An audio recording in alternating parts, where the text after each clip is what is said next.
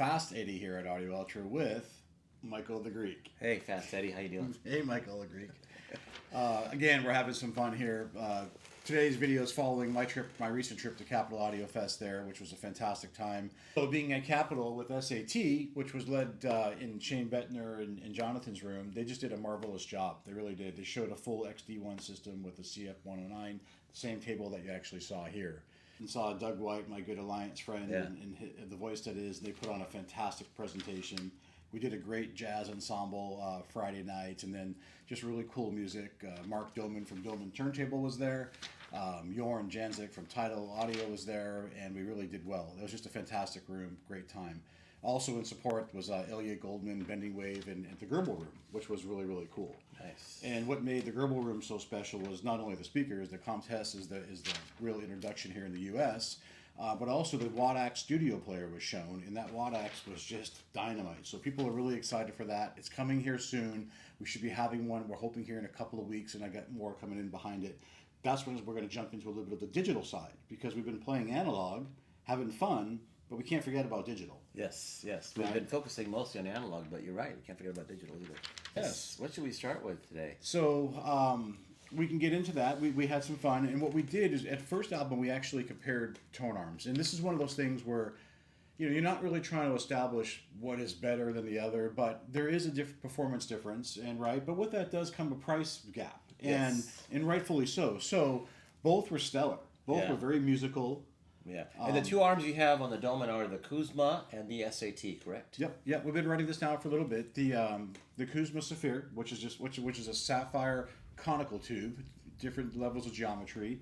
And then, of course, what we just showed last week or the week before in our video was the SAT, the LM series, and that's a 9-inch, and that arm is just that mechanical pickup arm, as it's called, is just a fantastic piece, and really just makes you hear things differently. And the nice thing is Ed has the same Lyra cartridge on both of them.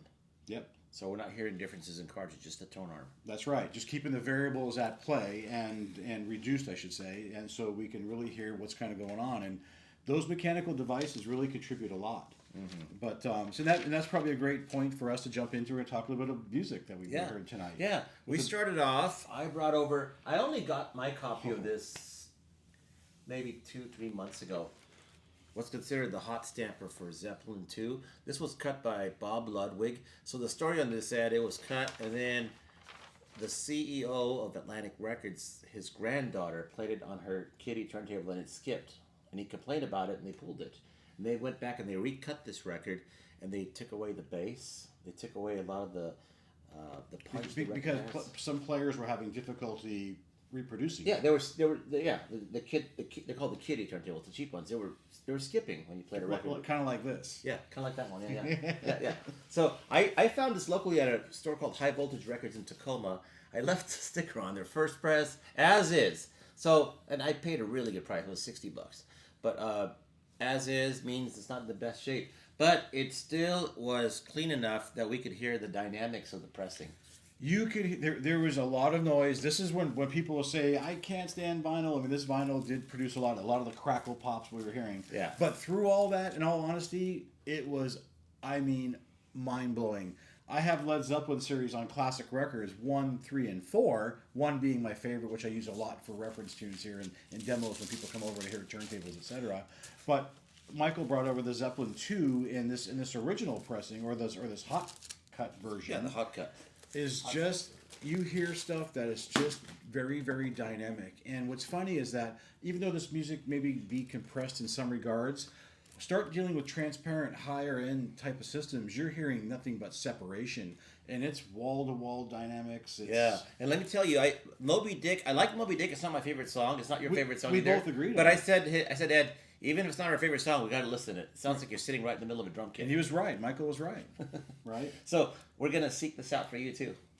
That's definitely a must-have. This is a copy I'm going to be looking for. So what am I going to expect to pay on would I have to have those a cleaner version of it? A cleaner copy, yes. Because you can hear through all the crackle pop. And typically a scratchy or G copy will go for still $200, $300. So clean copies might be up in the $600, $700, $800 even. And I'm saying clean, like near mint. Near mint, yeah. And promo copies have sold for about 2,500 copies with a white label instead of this. A white label instead of this. Yeah. We'll have to get 3 And of them. yeah, and actually, you know what's funny? The guy who cut this, Bob Ludwig, he retired last year, and he actually is selling his personal copy of the test pressing right now in Heritage Auctions. Wow. It's on there right now on the auction site. What do you think it's going to sell for? Rumor is it's going to go for 15 to 20 grand. We'll see. Right now it's still low. It's 2,500 or so. But Wow. people wait for the end for those kind of things. You know? Right. Yeah. And just think, though, for that kind of money, though, you could start buying pickup arms, tone arms. Yeah, exactly. Yeah. But anyways. But this is the kind of thing. It's never going to go down in value, is it? No. Yeah. That's always actually. There's a situation that record's always going to be worth more than the gear behind me. That's just kind of a fact. Exactly. Yeah. But anyway, that was a fantastic album. Fantastic. So then I told the Ed, hey, let's listen to some new music. This actually just came in the mail before yesterday, an artist named Chappell Roan. This is a single. This is a 40. This is an actual 45. Most people think of. It's not called "Good Luck, Babe." So this, it's literally a 45 on red vinyl. Here you go.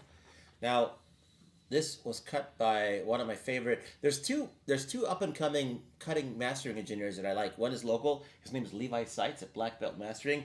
The other is a guy that cut this, Joe Nino Hernes. He works for Sterling Sound. He's a great cutting engineer. And we listened to this. We listened to this with both the Kuzma and the SAT tone arms.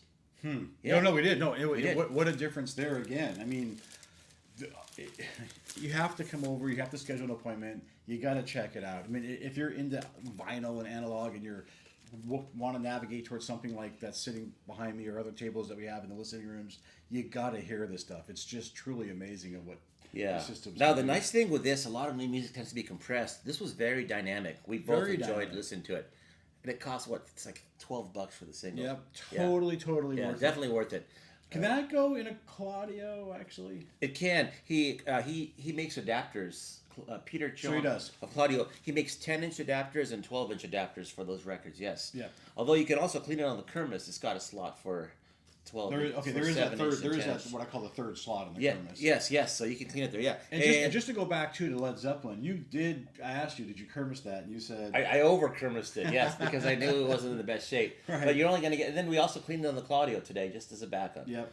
So the nice thing is there was some wear on it, but it wasn't distortion or it wasn't like somebody played it with a really heavy tone arm. It was still clean. Right. You had some surface noise, but it wasn't distorting, so we could hear the dynamics of the record. And I became a Kirmuss dealer or added them to our portfolio because it's a fantastic method, and it does make the records sound more. I mean, you're getting more dynamics out of them. You're lowering the noise floor on them. You're gaining decibels. I mean, You are.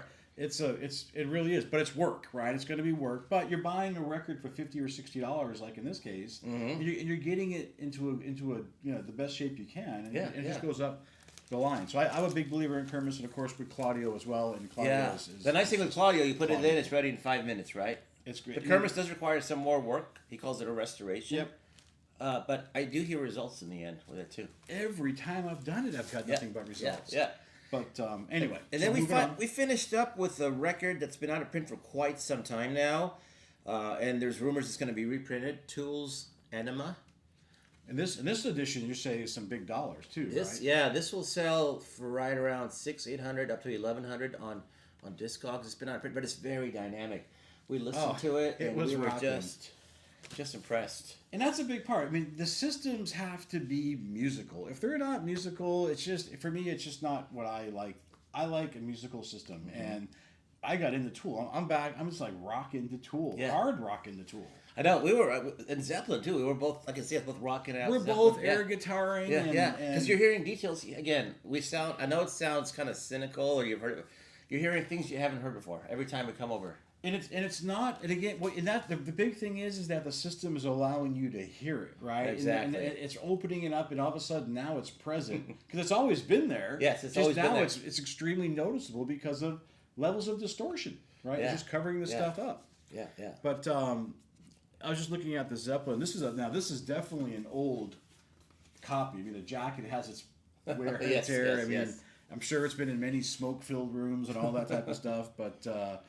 It's a great version here. I'm looking actually, Bring It On Home. And that Bring It On Home to me really captured this album big time, and that harmonica was just amazing. Plant was center image focused. Harmonica on the far upper right. Yeah, I remember that. Very, very lively. Yeah. I got to get this album. We got to find this album for me. And we're actually planning on going to a record show together on Saturday. Oh yeah, upcoming this weekend. We're gonna look for a hot stamper for Ed.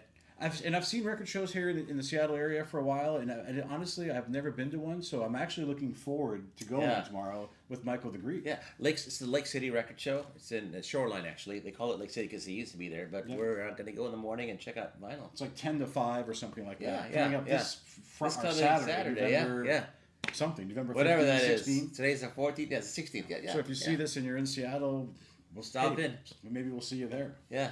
But okay, I guess for that, then, it's just a kind of a quick one. We're in, we're out. Yeah, I had a fun time tonight. Thanks again. You're welcome. Yeah. All right. Thanks, guys. Good night, guys. Bye.